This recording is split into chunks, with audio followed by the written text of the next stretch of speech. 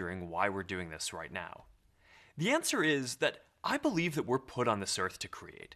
I believe that technology can make our lives better, and I believe that the future won't be built on its own. It will be built by those who are willing to stand up and say, this is the future we want, and I'm going to keep pushing and giving everything I've got to make this happen. Now, I know that some people will say that this isn't a time to focus on the future.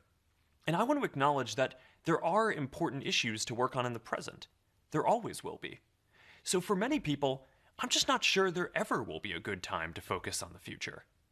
But I also know that there are a lot of you who feel the same way that I do. We live for what we're building, and while we make mistakes, we keep learning and building and moving forward. So for all of you who share these values, I dedicate today to you. In my mind, you're the heroes in our society who push the world forward. And as long as I'm running this company, I will do my best to celebrate this spirit and absolutely go for it.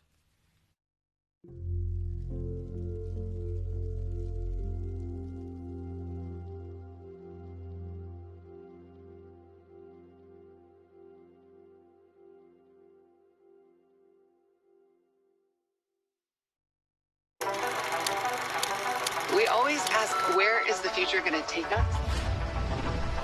But the real question is, where are we going to take the future? There are no closed doors, no walls. Holy mackerel, this is unbelievable. We may have brain surgeons in Edinburgh operating on patients in New Zealand. You'll send emotions, feelings, memories. Imagine a world where we are represented the way we want to be.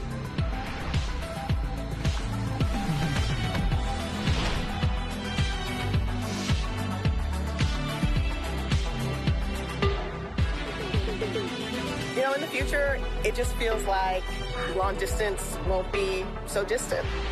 There's a big frontier. Where do you want to go?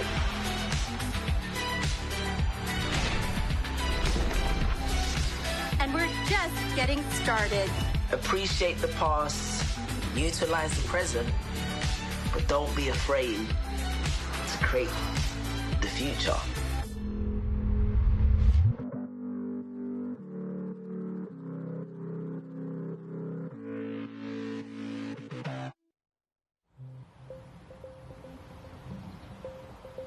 Hey, and welcome to Connect.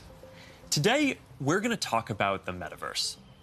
I want to share what we imagine is possible, the experiences you'll have, the creative economy we'll all build, and the technology that needs to be invented, as well as how we're going to all do this together.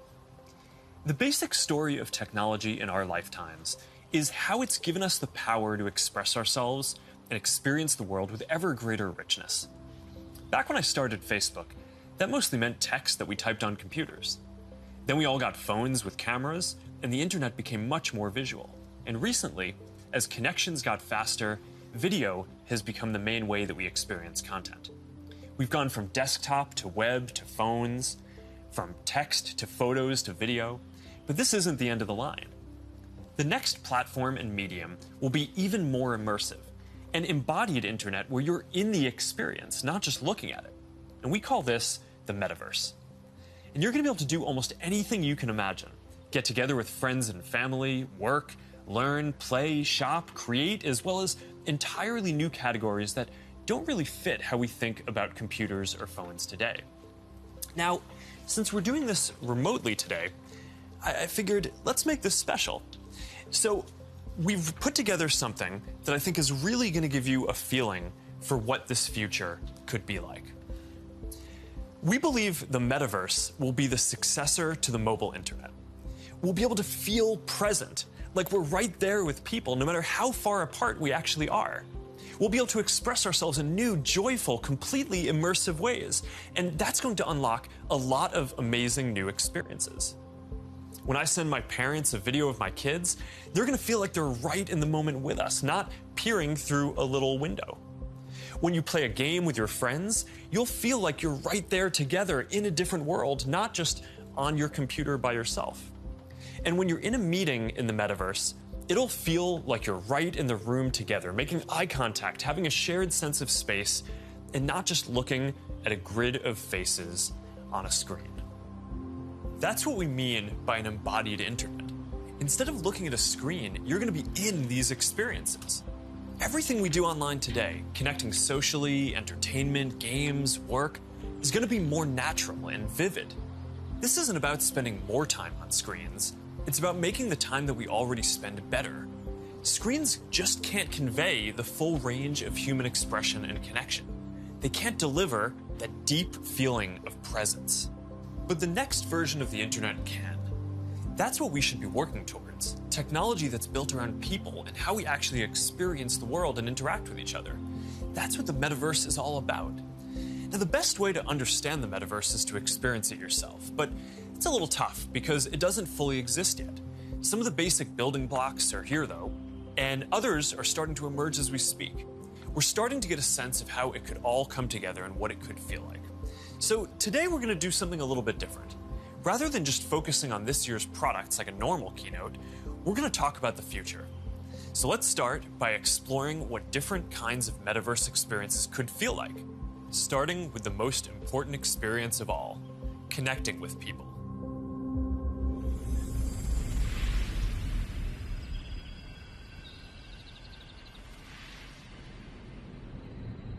Imagine you put on your glasses or headset and you're instantly in your home space.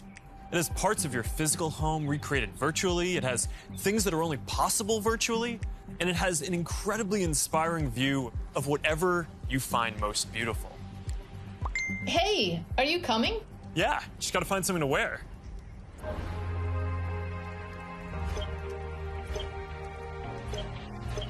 All right, perfect. Boy. Oh, hey, Mark. Hey, what's going on? Hi, Mark. What's up, Mark? Whoa, we're floating in space? Who made this place? It's awesome. Right? It's from a crater I met in LA. This place is amazing. Boz, is that you? Of course it's me. You know I had to be the robot, man. I thought I was supposed to be the robot. Whoa. I knew you were bluffing. Hey, wait. Where is Naomi? Let's call her. Naomi. Hey, should we deal you in? Hey. Sorry, I'm running late, but you've got to see what we're checking out. There's an artist going around Soho hiding AR pieces for people to find. 3D street art? That's cool. Send that link over so we can all look at it. This is stunning. Okay, that is something. That's awesome. Wow. I love the movement. Wait, it's disappearing. This is amazing. Hold on. I'll tip the artist and they'll extend it. Wow. Brilliant. If you guys like it here, I have another room that you're gonna love. Check out this forest room. Huh, let's see it. Koi fish that fly? That's new. This is wild. Hey, one sec, Boz. It's Priscilla. Hey, you have to see this. Beast is going crazy. Oh, I love that guy. We've got to show that to the kids. Can you also send that to my dad? I'll message him. All right, see you at home. This place is great, Boz, but there's something I got to get back to. All right, so that's a glimpse of a few ways that we're going to be able to get together and socialize in the metaverse. It's a ways off, but you can start to see some of the fundamental building blocks take shape. First, the feeling of presence. This is the defining quality of the metaverse. You're going to really feel like you're there with other people. You'll see their facial expressions, you'll see their body language, maybe figure out if they're actually holding a winning hand. All the subtle ways that we communicate that today's technology can't quite deliver. Next, there are avatars, and that's how we're going to represent ourselves in the metaverse. Avatars will be as common as profile pictures today, but instead of a static image, they're going to be living 3D representations of you. Your expressions, your gestures, that are going to make interactions much richer than anything that's possible online today. You'll probably have a photorealistic avatar for work, a stylized one for hanging out, and maybe even a fantasy one for gaming. You're going to have a wardrobe of virtual clothes for different occasions, designed by different creators and from different apps and experiences. Importantly, you should be able to bring your avatar and digital items across different apps and experiences in the metaverse. Beyond avatars, there is your home space. You're going to be able to design it to look the way you want, maybe put up your own pictures and videos and store your digital goods. You're going to be able to invite people over, play games, and hang out. You'll also even have a home office where you can work. Your home is your personal space from which you can teleport to anywhere you want. Now, speaking of teleporting, there are going to be all kinds of different spaces that people make. Rooms like the ones that we just saw, but also games and whole worlds that you can teleport in and out of whenever you want. Teleporting around the metaverse is going to be like clicking a link on the internet. It's an open standard. In order to unlock the potential of the metaverse, there needs to be interoperability. And that goes beyond just taking your avatar and digital items across different apps and experiences, which we are already building an API to support.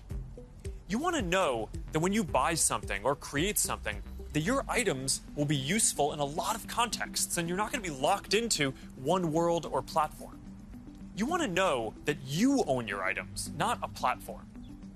Now, this is going to require not just technical work, like some of the important projects that are going on around crypto and NFTs in the community now.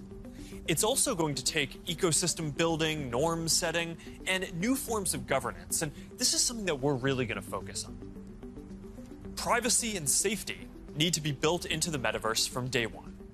You'll get to decide when you want to be with other people, when you want to block someone from appearing in your space, or when you want to take a break and teleport to a private bubble to be alone. You're going to be able to bring things from the physical world into the metaverse. Almost any type of media that can be represented digitally, photos, videos, art, music, movies, books, games, you name it. Now, lots of things that are physical today, like screens, will just be able to be holograms in the future.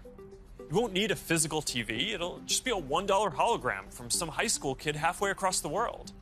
And you'll be able to take your items and project them into the physical world as holograms in augmented reality too.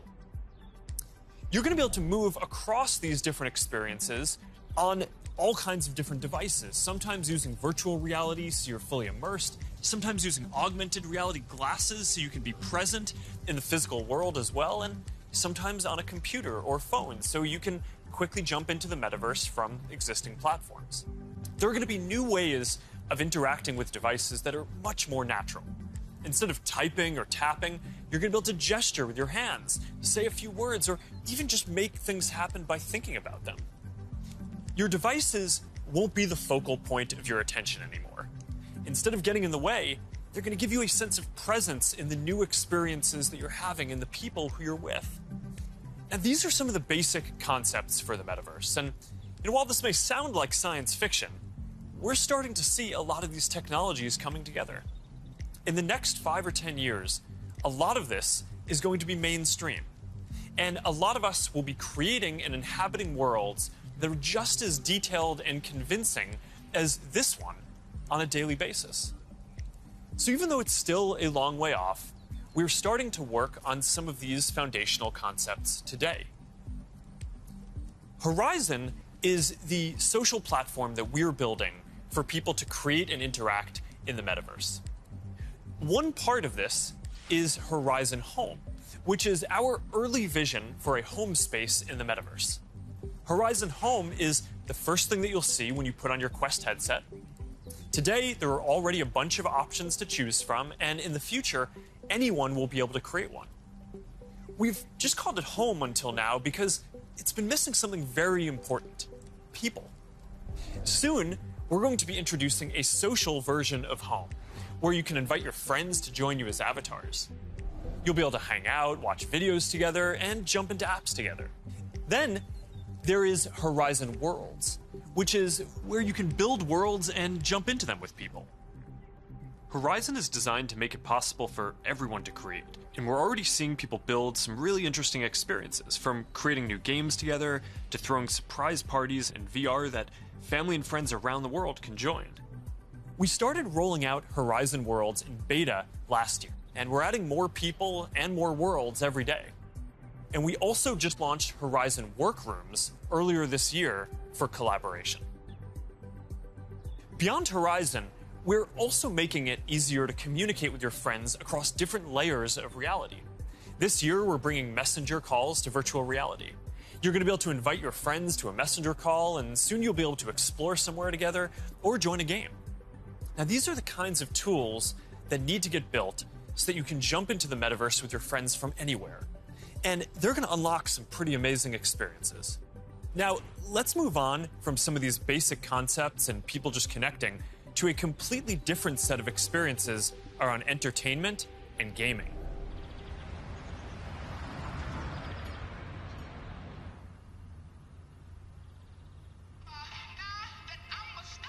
Imagine your best friend is at a concert somewhere across the world. What if you could be there with her? I'm packing all my sneakers. I never had a car. Yo. You're here. Tell it like it is. Tell what you love, how you live. When you're doing what you're doing, just tell the truth. Just tell it, just tell it, just tell it, just tell it.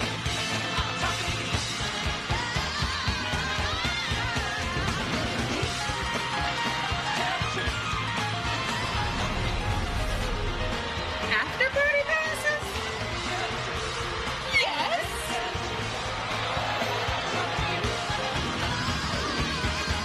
I want you to tell it like it is.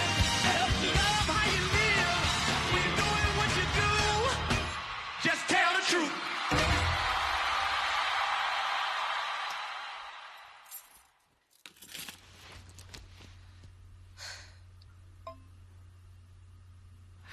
Jumping in now. What if there was an after party that anyone could go to, no matter where they were? This is wild.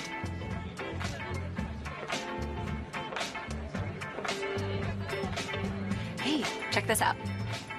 Charity auction happening. Oh, there's swag.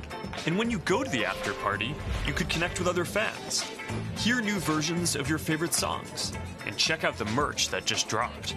Ooh, I like that one. Well, now you've got to get it. You can start to see how the metaverse is going to enable richer experiences by letting us add new layers to the world that we can interact with. Creators and artists are going to be able to connect with their audiences in new ways and really bring them into these shared experiences. Now, there's a lot that needs to get built to create experiences like this, but we're working on some of these pieces right now with Spark AR. First, we're building tools that creators can use to place digital objects into the physical world and let people interact with them. And rather than just simple visual effects, new creator capabilities will support 3D objects that can respond and react realistically, including a realistic sense of depth and occlusion. In the next year, we're also adding the ability for creators to connect different physical locations into cohesive augmented reality storytelling experiences, like guided tours or scavenger hunts. We're also building a Horizon marketplace, where creators can sell and share 3D digital items. And our hope is that this will enable a lot more commerce and help grow the overall metaverse economy. Because at the end of the day, it is really the creators and developers who are going to build the metaverse and make this real. And to make sure that there's an ecosystem that can sustain hundreds of thousands of people working on this, which is what we're going to need to bring this to life, then it's critical that creators and developers can make a good living doing this work. Now, if you ask people today what they thought the metaverse was, a lot of people would probably say it was a Spider-Man movie. But the people who actually follow the space would say it's about gaming. And that's because gaming provides many of the most immersive experiences, and it is the biggest entertainment industry by far. Gaming in the metaverse is going to span from immersive experiences in fantasy worlds to bringing simple games into our everyday lives through holograms. Maybe you'll play old games in new ways. So, Barcelona, huh? Well, it's not New York, but I like it. New York misses you. What's that? I said, let me put my game face on so I can beat you. Okay. Check. I gotta try another game face next time. Maybe you'll go head-to-head with players from around the world. It's like a shop. Some call it skill. Keep talking. Or maybe you'll do things that aren't even possible in gaming today.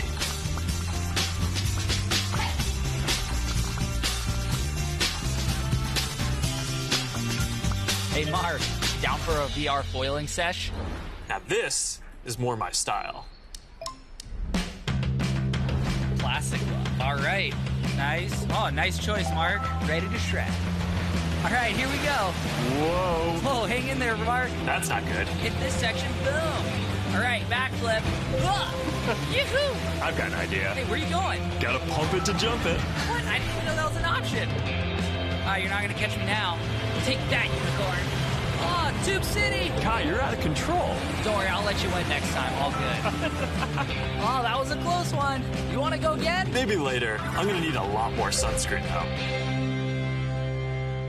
Oh man. Well, gaming is how a lot of people are going to step into the metaverse for the first time. It already has some of the most fully built out digital goods and the most active creator and developer communities, and major platforms like Epic are working to build out the metaverse, starting with gaming. For our part, we're heavily investing in building a healthy VR and AR ecosystem, so the game studios can keep building and gaming creators can keep creating. Now, Deb from our studios team is joining me. Deb, do you want to take us through some of the exciting games in the pipeline for Quest? Absolutely.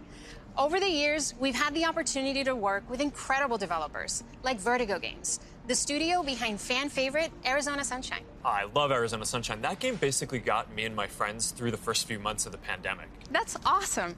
If you enjoyed that, Mark, I think you'll be excited that we're partnering with Vertigo on 5 more great games from Deep Silver and others. We'll share more about this lineup very soon. Nice. What else is coming? Well, the metaverse is constantly evolving. So one of the most important aspects will be live service games that launch updates and new downloadable content regularly, like Echo VR, Beat Saber, Onward, Pistol Whip, and more. We're focused on this a lot right now, making sure games can build out active communities. Beat Saber has a passionate community. Oh, I love Beat Saber. So do I. And Beat Saber just passed $100 million in lifetime revenue on Quest alone. It's a great example of a game that keeps releasing fresh content. They've actually been working on evolving the way that you interact with the tracks and feel the music. Also, the team has been working on something really cool. Check this out.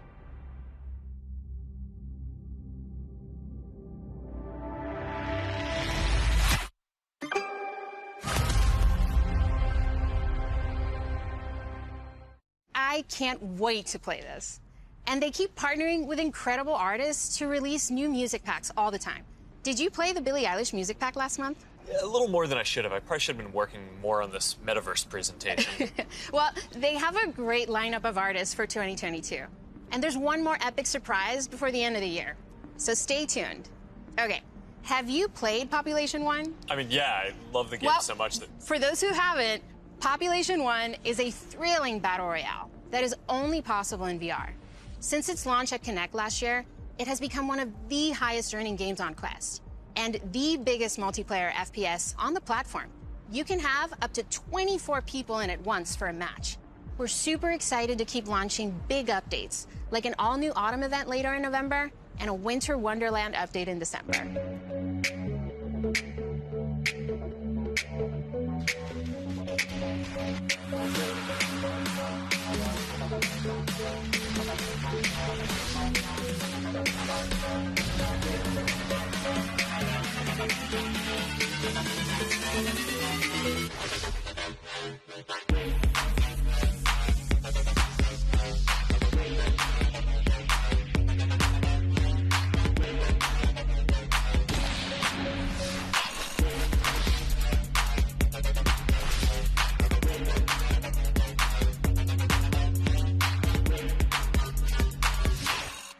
Okay, here's something I know our community has been waiting for. Lay it on us. All right, this is a title from the Warp Frog team. This is the team that set the standard for VR combat physics when it launched on Rift in 2019. That's right, Blade and Sorcery Nomad, the built for VR medieval fantasy sandbox that pairs magic with melee, is launching on Quest later this year.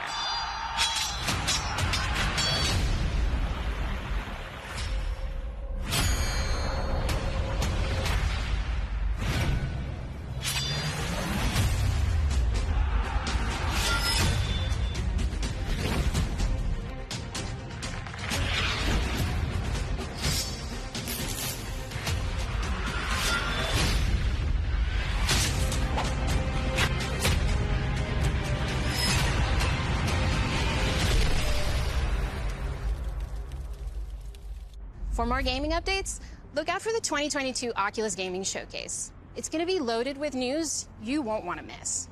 But Mark, I believe you have some news for us as well.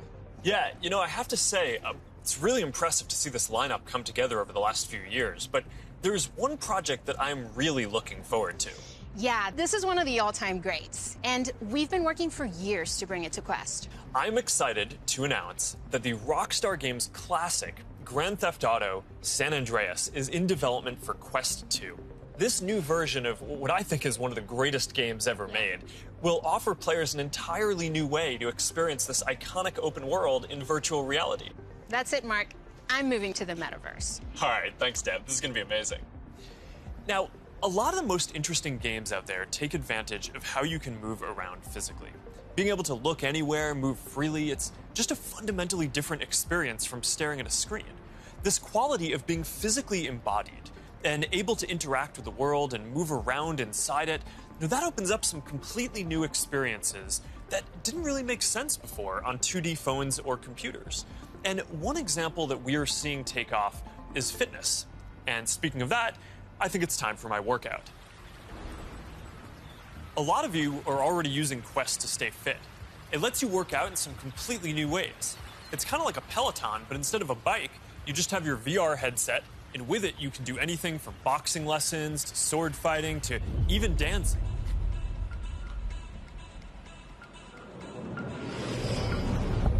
You'll be able to work out in new worlds, even against an AI.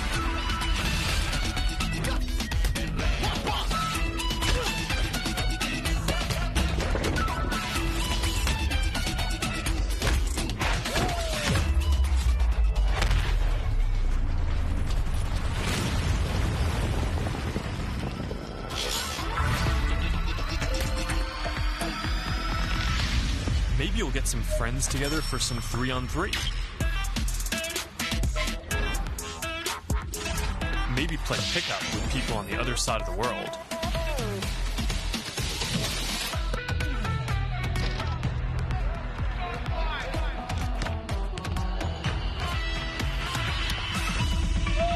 Or imagine your Facebook cycling group does an AR charity ride. Let's go! Complete with a leaderboard. Maybe you'll be able to train with the best, like you're right there with them. Like Lee Kiefer, Olympic gold medalist. On guard. Fence. Don't be scared this time.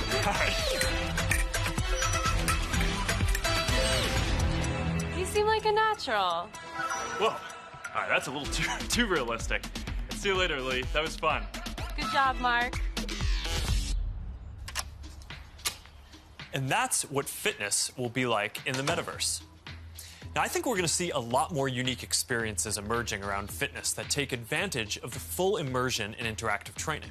Speaking of which, Supernatural just added boxing to its lineup, FitXR has new fitness studios coming next year, and Player 22 by Rezel, which is currently used by pro athletes, is adding guided and hand-tracked bodyweight exercises soon.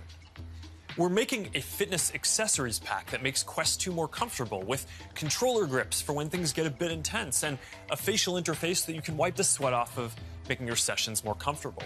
And that's all coming next year. But enough with the fun and games. It's time for everyone's favorite, work. Over the last year and a half, a lot of us who work in offices have gone remote. And while I miss seeing the people I work with, I think remote work is here to stay for a lot of people. So we're going to need better tools to work together. Let's take a look at what working in the metaverse will be like. Imagine if you could be at the office without the commute. You would still have that sense of presence, shared physical space, those chance interactions that make your day all accessible from anywhere. Now imagine that you have your perfect work setup and you can actually do more than you could in your regular work setup. And on top of all that, you can keep wearing your favorite sweatpants. Looking good. Let's get together real quick for a debrief.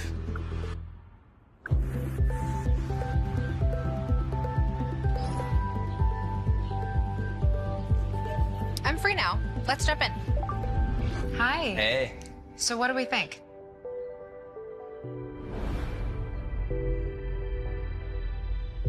I think it's ready. Great. I'll prep it for the presentation. All right, good luck. Imagine a space where you can tune out distractions and focus on the task at hand. And when you're ready to share what you've been working on, you can present it as if you're right there with the team.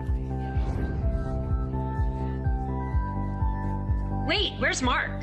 I think he's in the middle of something. You can already see some of these elements in Horizon Workrooms, which we launched a couple of months ago. Later this year, we plan to introduce room customization, so you can put your own logos and posters in your workrooms. We're also introducing a new office space in Horizon Home, for when you want your perfect workspace to do some focused work or just cross a few things off your to-do list. We're also announcing 2D progressive web apps for the Quest Store, and as a new developer frameworks, they're easier to build. So you can drop in and check on a work project while you're in VR using services like Dropbox, Slack, or stay connected with Facebook and Instagram. This starts bringing more of your 2D internet services into the metaverse.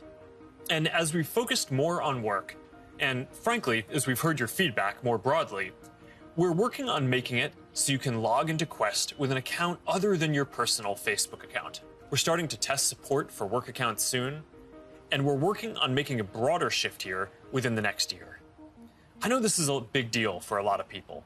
Not everyone wants their social media profile linked to all these other experiences, and I get that, especially as the metaverse expands. And I'll share more about that later. But I'm genuinely optimistic about work in the metaverse. We know from the last couple of years that a lot of people can effectively work from anywhere. But hybrid is going to be a lot more complex, when some people are together and others are still remote. So giving everyone the tools to be present, no matter where they are, whether as a hologram sitting next to you in a physical meeting or in a discussion taking place in the metaverse, that's going to be a game changer. I think this could be very positive for our society and economy. Giving people access to jobs in more places, no matter where they live, will be a big deal for spreading opportunity to more people. Dropping our daily commutes will mean less time stuck in traffic and more time doing things that matter. And it'll be good for the environment. Actually, if you travel for work and working in the metaverse means that you just take one less flight each year, that's probably better than almost anything else that you can do for the environment. I think working in the metaverse is going to feel like a huge step forward. And these dynamics, like the ability to teleport places with people and interact around shared projects in virtual space, they're going to be valuable in a lot of other categories of experiences too. So now Marnie, our Chief Business Officer, is going to take us through some of them. Thanks, Mark. We'll see you in a minute. What if you could learn about anything in the world just by bringing it closer to you? So, we're gonna have an astrophysicist in the family. Actually, I have to write this paper. Will you help me? Let's take a closer look. What part of the solar system are we talking about? Saturn. If you were taking astrophysics, you could study in the metaverse. Did you know the rings are made up of billions of icy particles? Really? Look at this.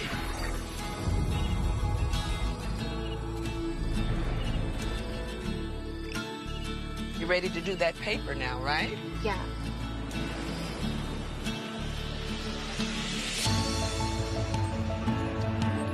In the metaverse, you'll be able to teleport not just to any place, but any time as well. Ancient Rome. Imagine standing on the streets, hearing the sounds, visiting the markets, to get a sense of the rhythm of life over 2,000 years ago. Imagine learning how the Forum was built by actually seeing the Forum get built right in front of you.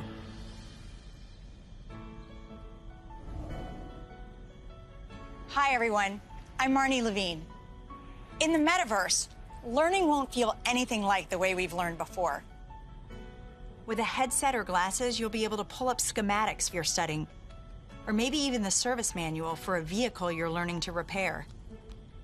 Let's say you're a med student or a doctor. With apps like OSO VR, you can learn new techniques in surgery firsthand, practicing until you get it right. Or if you're studying earth science, You could swim through the Great Barrier Reef, get up close to Earth's mightiest insects with your instructor, David Attenborough, whose VR documentary is playing now in Oculus TV. This is a world of intrigue, a world of wonder, a secret world hidden to the human eye. Explore the extraordinary world of Micro Monsters 3D with me, David Attenborough. This is just one of the ways we're going to learn in the future. But in order to get there, we're going to need to help build the skill sets of the people who build these experiences.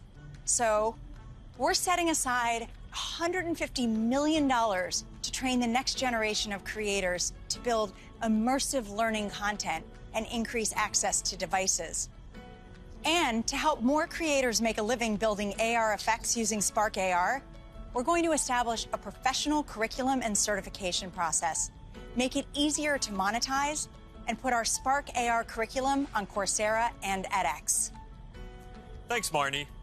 So that's a glimpse of the kinds of experiences that you might have in the metaverse. From connecting with friends, to gaming and entertainment, to work and education, and creation and commerce. Now, let's talk about how creators and developers are going to build all of this, and about the economy that we all need to create. The last few years have been humbling for me and our company in a lot of ways. One of the main lessons that I've learned is that building products isn't enough. We also need to help build ecosystems so that millions of people can have a stake in the future, can be rewarded for their work, and benefit as the tide rises, not just as consumers, but as creators and developers. But this period has also been humbling because as big of a company as we are, we've also learned what it is like to build for other platforms. And living under their rules has profoundly shaped my views on the tech industry. Most of all, I've come to believe that the lack of choice and high fees are stifling innovation, stopping people from building new things, and holding back the entire internet economy. We've tried to take a different approach. We want to serve as many people as possible, which means working to make our services cost less, not more. Our mobile apps are free. Our ads business model is an auction which guarantees every business the most competitive price possible. We offer our creator and commerce tools either at cost or with modest fees to enable as much creation and commerce as possible. And it's worked. Billions of people love our products. We have hundreds of millions of businesses on our platform, and we have a rapidly growing ecosystem and a thriving business. That's the approach that we want to take to help build the metaverse too. We plan to continue to either subsidize our devices or sell them at cost to make them available to more people. We'll continue supporting sideloading and linking to PCs so consumers and developers have choice rather than forcing them to use the Quest store to find apps or reach customers. And we'll aim to offer developer and creator services with low fees in as many cases as possible so we can maximize the overall creator economy, while recognizing that to keep investing in this future, we'll need to keep some fees higher for some period to make sure that we don't lose too much money on this program overall. After all, while a growing number of developers are already profitable, we expect to invest many billions of dollars for years to come before the metaverse reaches scale. Our hope, though, is that if we all work at it, then within the next decade, the metaverse will reach 1 billion people, host hundreds of billions of dollars of digital commerce, and support jobs for millions of creators and developers. We'll try to lay out how some of this commerce model will work, but I also want to be upfront about the fact that there's a ton that we just don't know yet. What I can tell you, though, is that we are fully committed to this. It is the next chapter of our work, and we believe for the internet overall. And our strategy and track record show that we will do everything we believe is sustainable to grow the community, the creator economy, and the developer ecosystem. And to tell us more about all of that, here's Vishal, our head of Metaverse products. Thanks, Mark. As you said, our approach is to serve as many people, creators, and businesses as we can by keeping fees as low as possible and offering choice. As a company, we have been investing in commerce and creators for many years. But let me take a moment and explain how this will all come to life in the metaverse. For people, the metaverse will offer more choice than we've ever seen before. And most importantly, there will be a real sense of continuity where the things you buy are always available to you. Today, much of what you buy on the internet is inside a single app, website, or game. You might buy a custom skin for your gaming avatar, but you can't take it with you when you move to a new space. In the physical world, that would be the equivalent of buying your favorite sports team's jersey and never be able to wear it outside the stadium. In the future, you will be able to buy digital clothes for your avatar and then wear them into the metaverse more broadly. For creators, our goal is to provide a way for as many creators as possible to build a business in the metaverse. One thing we've learned from today's digital platforms is that we can't artificially limit innovation. We need to enable as many different types of creators as possible to unlock the best ideas. There will be many different kinds of creators in the metaverse. Creators who make digital objects, creators who offer services and experiences, and those who build entire worlds like game creators do today. We also want creators to have the biggest possible audiences. If a creator designs a signature effect to surround avatars, their fans should be able to buy it and then visit different spaces to show it off to their friends. Frankly, if a creator builds any experience, all of their fans should be able to enjoy it. Businesses will be creators too, building out digital spaces or even digital worlds. They'll sell both physical and digital goods, as well as experiences and services. And they'll be able to use ads to ensure the right customers find what they've created. Speaking of buying things, we're also exploring new types of ownership models and entitlements to ensure people feel confident that they actually own something. This will make it easier for people to sell limited edition digital objects like NFTs, display them in their digital spaces, and even resell them to the next person securely. In short, the metaverse will remove many of the physical constraints we see on commerce today and make entirely new businesses possible. While this is very exciting, the metaverse is all about co-creating. We're building this together with creators, developers, and entrepreneurs. So today, I've asked Jackie Aina to join me to start a conversation about what might be possible. Jackie is a beauty creator who launched her own lifestyle brand on Instagram called Forever Mood, where she sells candles with scents like cuffing season and partners with major brands on makeup drops. So let's meet Jackie in her space. Here we are in this digital space, totally inspired by you and all the things that you love. Jackie, I've been such a big fan of yours for such a long time. Tell me a bit about how you got started in social media. So, rewind back to 2009. As it pertains to like beauty, I would go to like a makeup counter or go makeup shopping, and I always felt rejected, always felt othered. So I got so frustrated that eventually I was like, you know what? Not only am I gonna like not listen to them, but I'm gonna show other people how I'm making it work with my skin tone too. How did you go from creating content, creating videos, to a product? You just, have a brand called Forever Mood. It's huge on Instagram shopping. So Forever Mood was not only a bit of a love letter to me and my relationship with my mom. That's how we bond, was through fragrance ever since childhood. But it's been doing amazing, and we've actually been getting a lot of support. Jackie, this space is pretty magical, and I know it kind of reflects the stuff you love. Like, tell me a bit about what you love and why this represents you. Okay, so first thing, color is everything. I love pastels. You can see it in the brand. You can see it like a lot of times in what I wear. With the metaverse, when we're curating collections or even just brainstorming, this would be a great way to like gather us all together and literally kind of create atmospheres and environments and moods to just kind of enhance creativity. And then if I can invite people, it would be like inviting them in my home. You know what I mean? It'd be like bringing them into a piece of me. So I would want them to feel some of the things that I feel when I step into my house or when I light my candles. Interacting with people in comments and having a conversation is a way to kind of get your fan excited about interacting with you, but also you feel like you get a connection to your community. Too. Yeah. And so this idea of reaching kind of into the comment section and pulling a fan in and having a conversation is pretty powerful. And it humanizes that person on the other end, of that comment. I think there's a really interesting opportunity to think about how we build community and how we engage with our fans in a really deep way, as opposed to just through a comment box.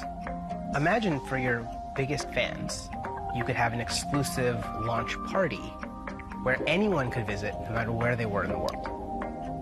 I love that, because when we first launched the brand, everything was shut down because obviously quarantine, couldn't go anywhere. And I had this idea of doing like pop-ups for Forever Mood where we would have a room inspired by each scent. And now, anyone from anywhere in the world could come and feel what you just described. Have that feeling, have that sense, really get into that mood. Also, you have your greatest fans, the people that care a lot about you, the ability to reach new customers, use advertising to keep growing your business. And you could also drop an exclusive product in the metaverse, where only available to your most ardent fans who paid special access to get to that product. That's dope. Commerce is going to be a big part of the metaverse. You'll be able to sell both digital and physical products. The butterfly effect transports us someplace magical.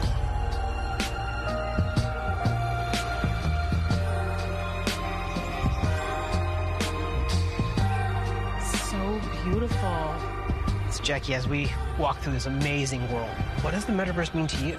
I just feel like this is like endless possibilities with my imagination. I can't even begin to imagine how meaningful the metaverse will be thanks to creators like you.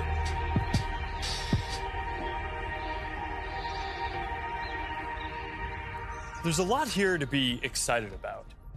Just like the internet today, more people are going to have the freedom to find a business model that works for them, whether that's custom work, tipping, subscriptions, ads, or other monetization tools that may only make sense in the metaverse. Now think about how many people make a living on the internet today, and how many of those jobs just didn't even exist a few years ago. I expect that the metaverse is going to open up lots of opportunities for people in the exact same way. Now, we have confidence in this general direction, and we're investing significantly in building for this future, but the reality is that no one knows exactly which models are going to work and make this sustainable.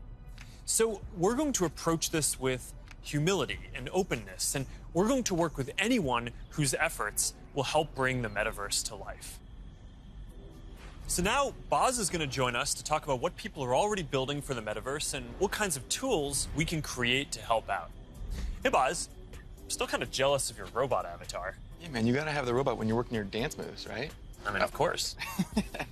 Look, Mark, we've been working on Facebook Reality Labs for a long time, but we always kept the same vision, which is that we want to build tools that help people feel connected anytime, anywhere. And that vision is what drives us today, to help people get together in virtual spaces.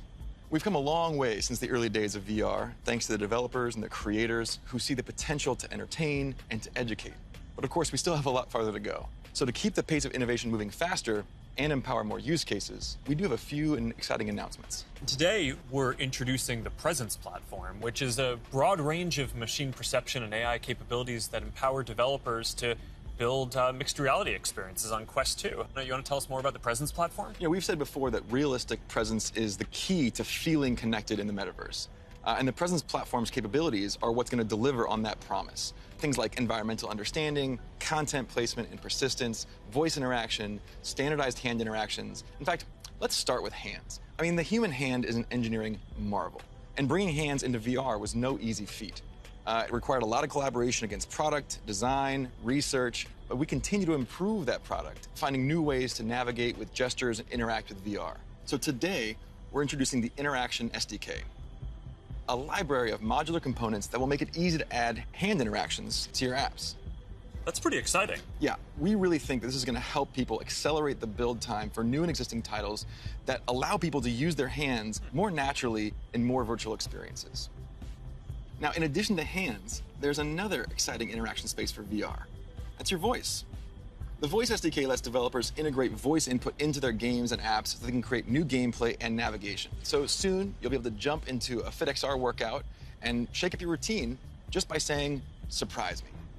Oh, yeah, I've tried this one before. This one's really tough. Yeah, me too. It is. Since we launched the Pass-Through API, we've already seen breakthrough experiments from developers that blend the virtual and the real world.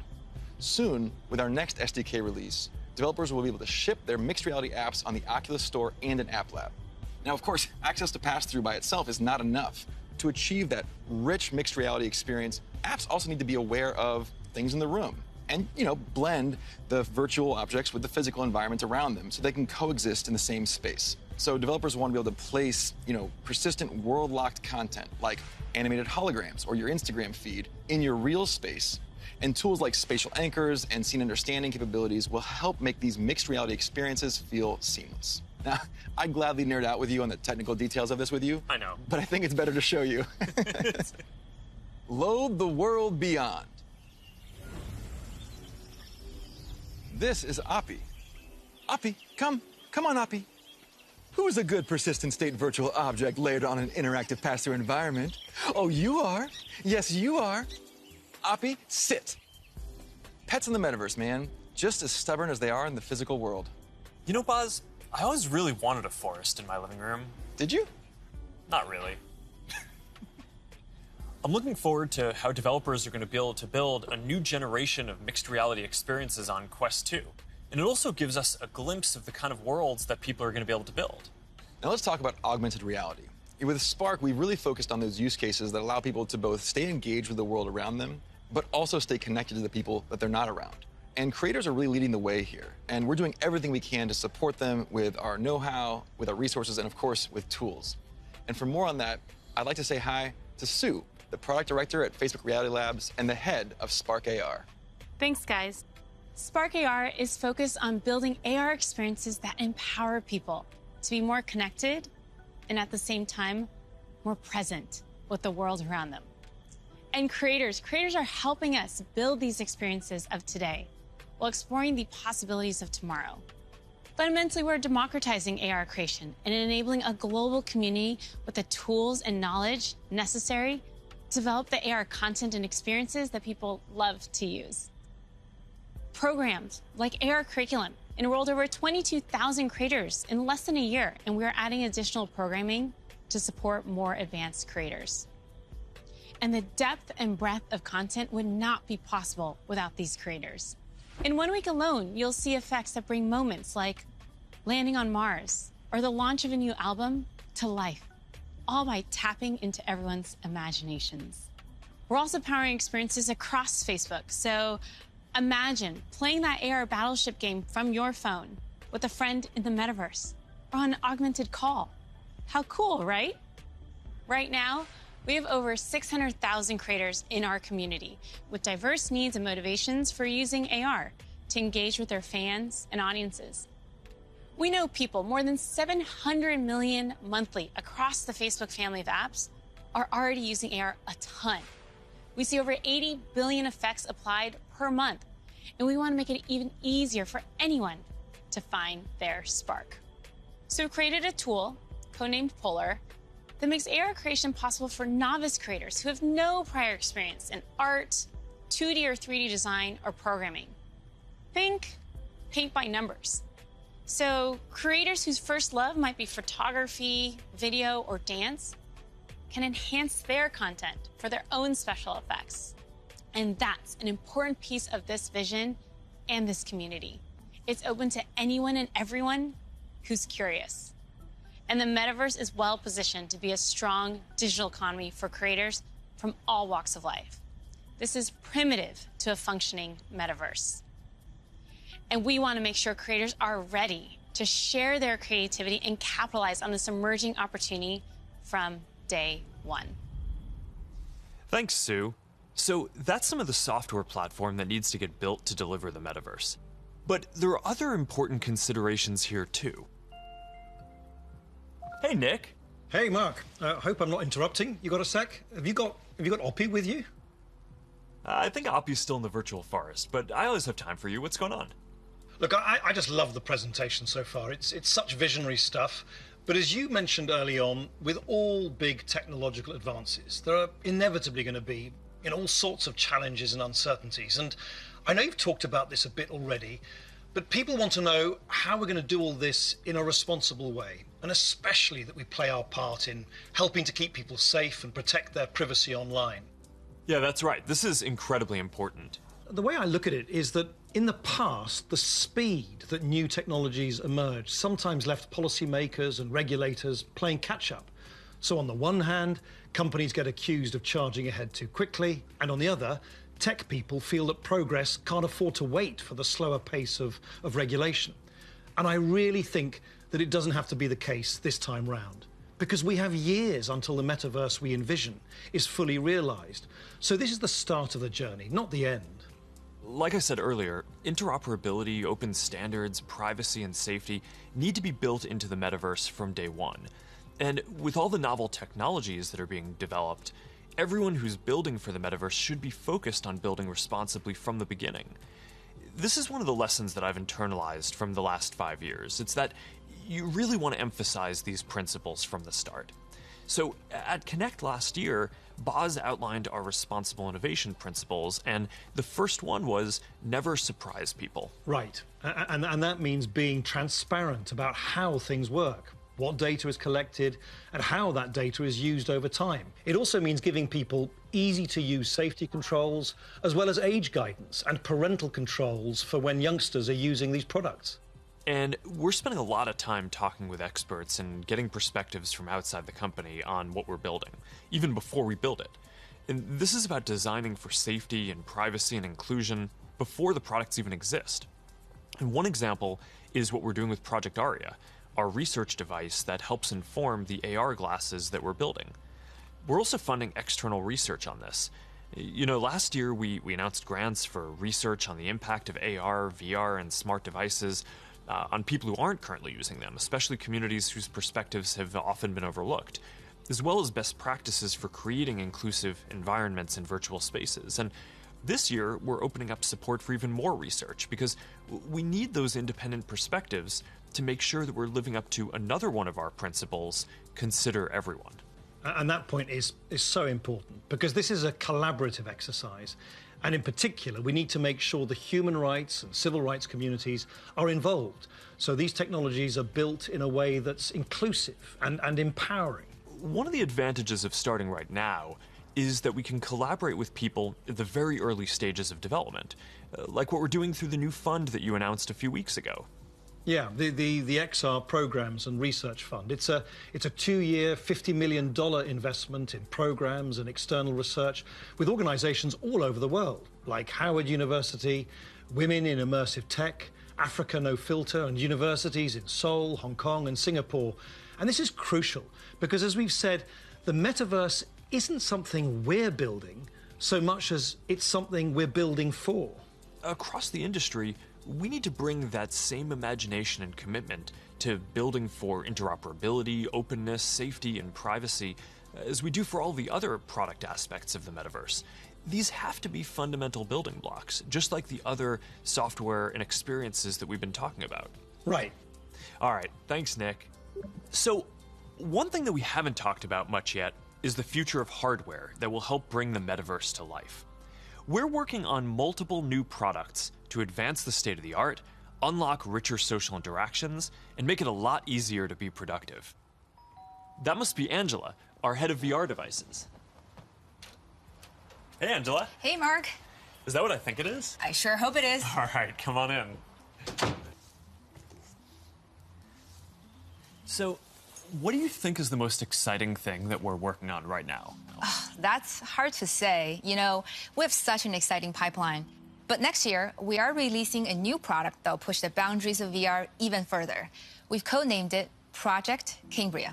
So, this isn't the next Quest. It's going to be compatible with Quest, but Cambria will be a completely new, advanced, and high-end product, and it'll be at the higher end of the price spectrum, too. Our plan here is to keep building out this product line to release our most advanced technology before we can hit the price points that we target with Quest. All right, so let's talk about some of the new advances here. Yeah, sure. There's a ton of new tech going into Cambria. For example, your avatar will be able to make natural eye contact and reflect your facial expressions in real time. This way, people you're interacting with will have a real sense of how you're actually feeling. It does mean building more sensors into a form factor that's comfortable to wear for a while. And because we want VR to be for everyone, we also have to make sure avatars represent a diverse set of human facial features and skin tones, as well as paying attention to things like glasses and beards that might get in the way of some of the sensors. So that's going to be a big step forward for social presence, and I'm really glad that we're focused on making it inclusive from the start. Now, what about unlocking more mixed reality experiences? I mean, imagine working at your virtual desk with multiple screens while seeing your real desk so clearly that you can pick up a pen and write notes without taking your headset off. Or, you're doing a workout with a virtual instructor in your living room. It's going to be so cool. We're already seeing the potentials of these kinds of experiences today as people are building for our pass-through API. But with Cambria, we'll be taking this to the next level with high-resolution, colored, mixed reality pass-through. We essentially combine an array of sensors with reconstruction algorithms to represent your physical world in the headset with a sense of depth and perspective. Now, we're still a ways away from exactly matching what our eyes see in the physical world, but we're pretty encouraged by how far we've been able to advance the pass-through experience so far. Definitely, but we also need to push the visuals to the next level. So let's talk about the progress that we're making on optics. Yeah, we're pushing the limits of display technology and form factor with something called pancake optics. They essentially work by folding light several times over to achieve a slimmer profile than current lenses. Now, with several optical layers, we'll need to precisely control every aspect of design and fabrication to achieve that high-quality, artifact-free display and really just deliver the best optics ever in one of our headsets. That's pretty awesome. But let's make sure that we leave some of the good stuff for next year's release, too. All right, now, I'm excited to keep building out this new product line over future generations so we can keep getting our most advanced technology into people's hands even before we can get it into our Quest product line. That's our goal. We're starting to work with developers to build experiences for Cambria as we speak, and we're looking forward to sharing so much more with y'all next year. Sounds good. Now, beyond virtual reality, we are also focused on the hardware to make true augmented reality possible. In a lot of ways, augmented reality is even harder.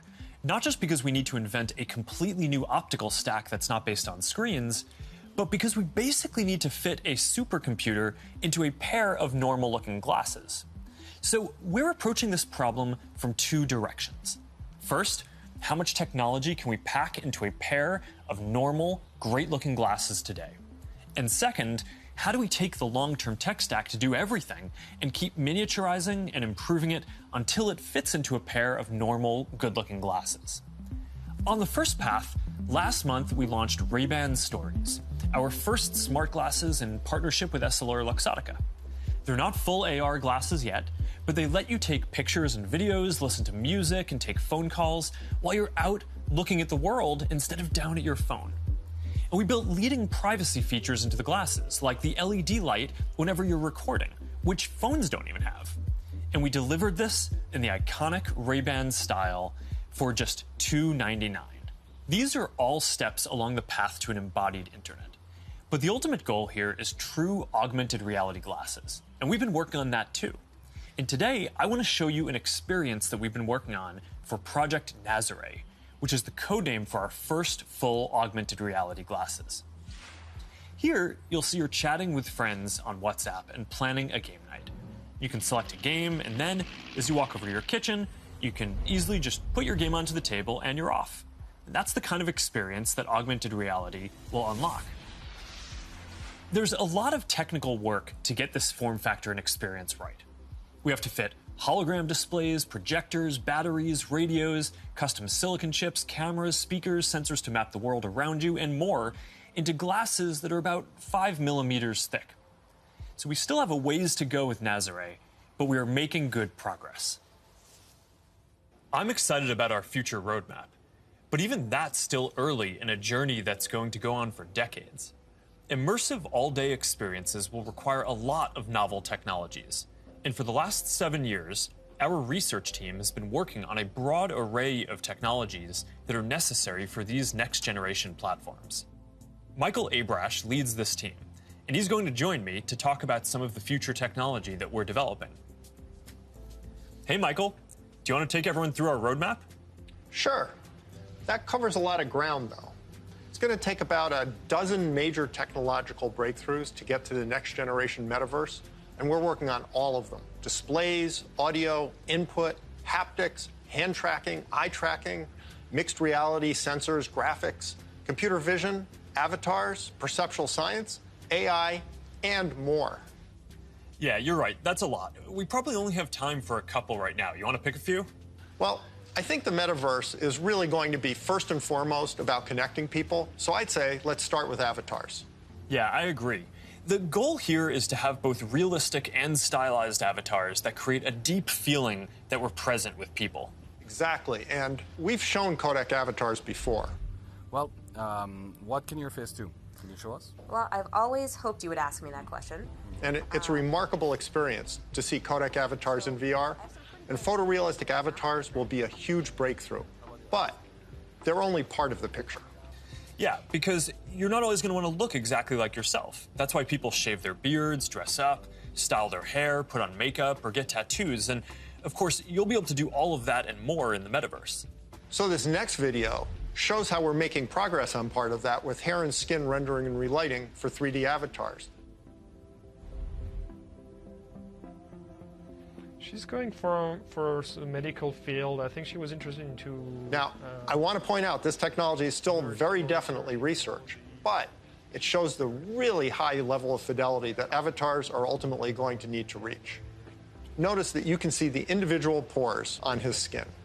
Now, clothing is another important way to express yourself. And whether you want to simulate your actual garments, say you're making a quick call with your grandmother, or maybe you just want to be wearing a stylish blue Oxford shirt like me, you're going to need the ability to simulate clothing. So here's an early look at hand-cloth interaction. And you can see how the movement of the cloth when the hand touches and stretches it is really remarkably accurate. Now, to use your avatar to teleport to a meeting or sit down for a chat in the metaverse, you'll also need realistic virtual spaces to be with people in. So let's look at that. Contrary to how this looks, this is actually not a video of the physical world. It's a 3D reconstruction of a mock apartment, which I guess just became clear when that bowl took off by itself. Exactly. So what you can see here is that a researcher is moving around various objects on the right, and then on the left you can see the high-fidelity real-time rendering of the space in the moving objects on the left without the researcher. So what's critical here is that this is all happening in real time. That's what's novel here, and that's what differentiates it from CGI. So what we've seen so far is pretty awesome, but we all know what we want. We want the whole package, a full-body avatar in a virtual environment, so you're just there. Last year, we showed our very first full-body codec avatar at Connect. Here to tell you more about our progress since then is Yasser Sheikh. Hi there. My name is Yasser, and I direct the Facebook Reality Research Lab in Pittsburgh. Well, that's not completely true. What you're seeing is actually a rendering of my pre-recorded codec avatar. Over the past couple of years, we've made quite a bit of progress with codec avatars. My avatar can now look left, look right, look up, look down, make facial expressions. Here, you can see Elaine is in VR on the right. You can see her view of Yasser's avatar and the reconstructed real-world space that it's in on the left as she moves around the avatar. What you see on the left is an entirely virtual reconstruction. This gives you a sense of a future in which you'll be able to interact with another person's realistic avatar in virtual reality in real time. Now, preventing others from using your avatar will be critical. That's why, even though this is early stage research, we're already thinking about how we could secure your avatar, whether by tying it to an authenticated account or by verifying identity in some other way. All right, so we've talked about what we're going to be able to see, but of course we also want to be able to actually do things in the metaverse. And while seeing your hands in VR and manipulating virtual objects is a big step forward towards that, then we're going to need an even easier and more intuitive way to interact with virtual content when you're on the go wearing AR glasses. And we believe that neural interfaces are going to be an important part of how we interact with AR glasses. And more specifically, EMG input from the muscles on your wrist combined with contextualized AI. It turns out that we all have unused neuromotor pathways, and with simple and perhaps even imperceptible gestures, sensors will one day be able to translate those neuromotor signals into digital commands that enable you to control your devices. It's pretty wild. So let's take a look at what EMG input is going to be able to do and where we are with it today. This video shows some of the ways that we think that wrist-based neural interfaces can provide an important input tool for AR glasses. So at first, that input is going to just be around enabling basic gestures, click, scroll, select. But As the technology evolves, EMG input could potentially unlock full-speed typing, and it could give you subtle, personalized controls that you can use in any situation. This is genuinely unprecedented technology. So let's look at an early prototype that shows how it could be used in AR. This experimental UI shows for the first time how EMG input could one day allow you to send a message in AR with your hand resting comfortably at your side without ever having to look at a screen. Notice how the researcher used an overt and highly visible click gesture to send the first message. We've made a lot of progress over the last year, and we're now able to do the same thing with the smallest of movements of the hand. EMG enables this by picking up subtle neuromotor commands with remarkable precision. So basically what you're saying is that you're going to be able to send a text message just by thinking about moving your fingers. That's going to be pretty amazing. But I guess it's just one part of the equation, because the other is AI that understands your context and can give you a simple set of choices based on that context. So let's take a look at an AI interaction model that we've built using Project Aria, our initiative to accelerate research into AR glasses and live maps that we talked about last year. Remember the mock apartment we saw earlier? Well, we've indexed every single object in it, including not only location, but also the texture, geometry, and function of each one. We fed all that information into the Project Aria glasses Ming-Fei is wearing in this next demo. And the reason is to simulate how AR glasses will ultimately be able to access data from a 3D map that will help them identify the real-world objects in the space around you and better understand your context so they can help you. What's happening here is that the glasses are calculating where Ming-Fei is in the room, locating and identifying all the nearby objects based on the index mentioned earlier, and figuring out which of those objects Ming-Fei is interested in by observing her eye movements. That contextual information, in turn, enables the system to offer proactive assistance to Ming-Fei in a variety of ways. Here, the system knows that she may want to turn on the TV, so when she clicks while looking at it, the system turns it on. Ultimately, her AR glasses will tell her what her available actions are at any time.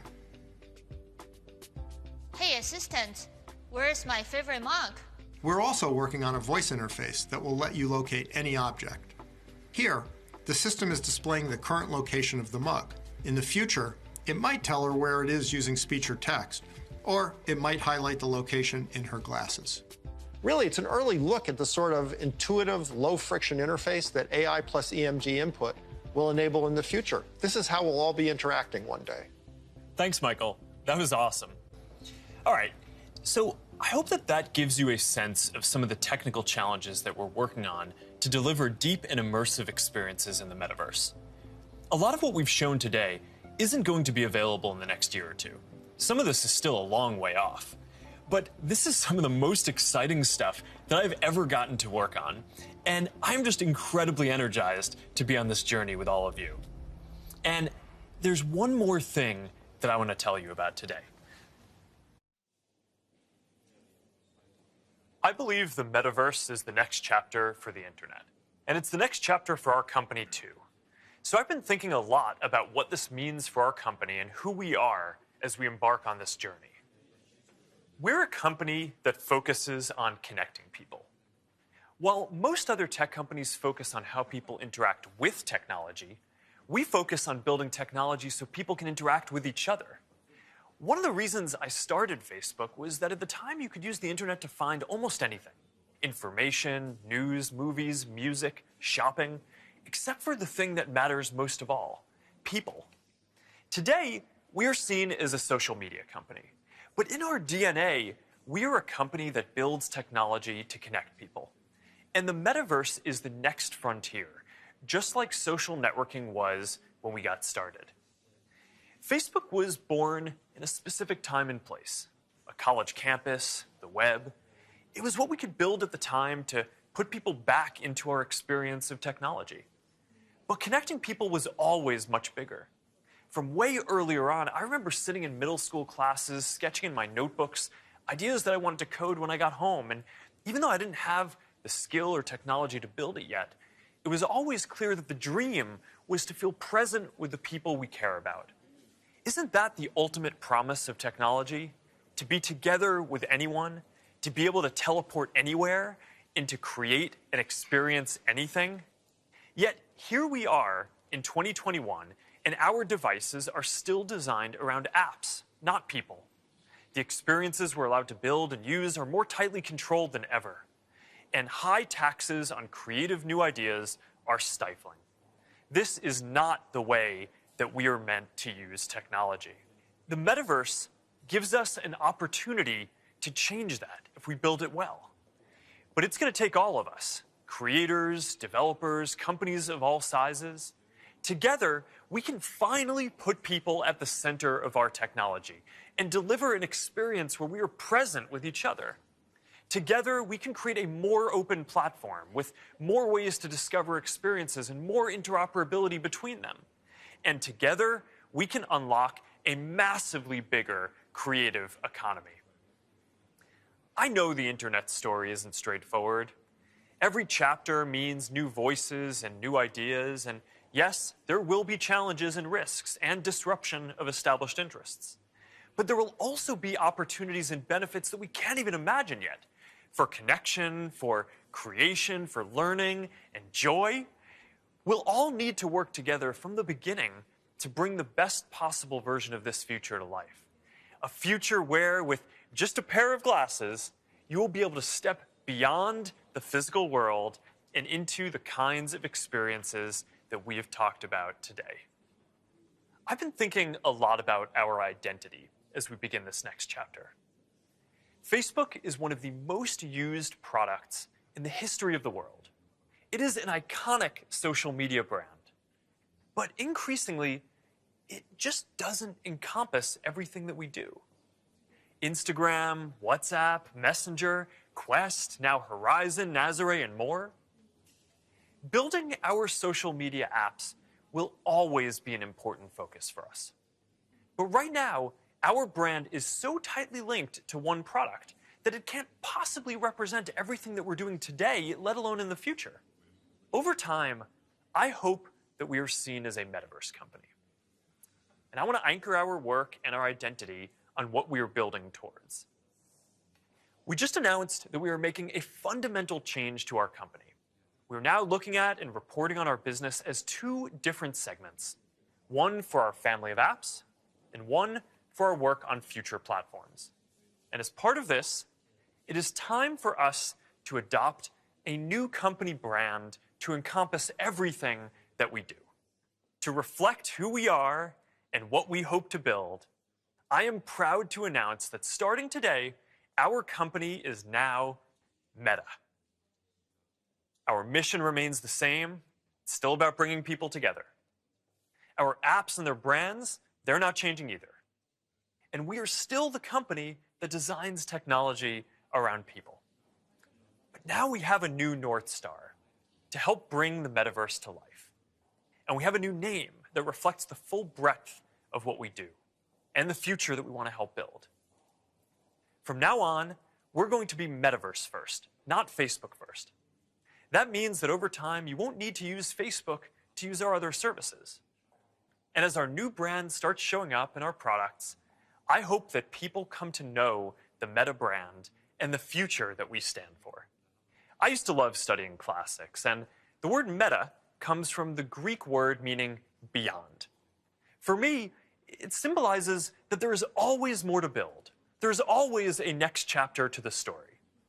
And for us, that's a story that started in a dorm room and grew beyond anything we could imagine, into a family of apps that people use to find one another, to find their voice, to start businesses and communities and movements that have changed the world. I'm proud of what we've built so far and excited about what comes next as we move beyond what's possible today, beyond the constraints of screens, beyond the limits of distance and physics, and towards a future where everyone can be present with each other, create new opportunities, and experience new things. It's a future that is beyond any one company, that will be made by all of us. We've built things that have brought people together in new ways. We've learned a lot from struggling with social issues and living under closed platforms. And now it is time to take everything that we have learned and help build the next chapter. I am dedicating our energy to this more than any other company in the world. And if this is the future that you want to see, then I hope that you will join us. Because the future is going to be beyond anything we can imagine.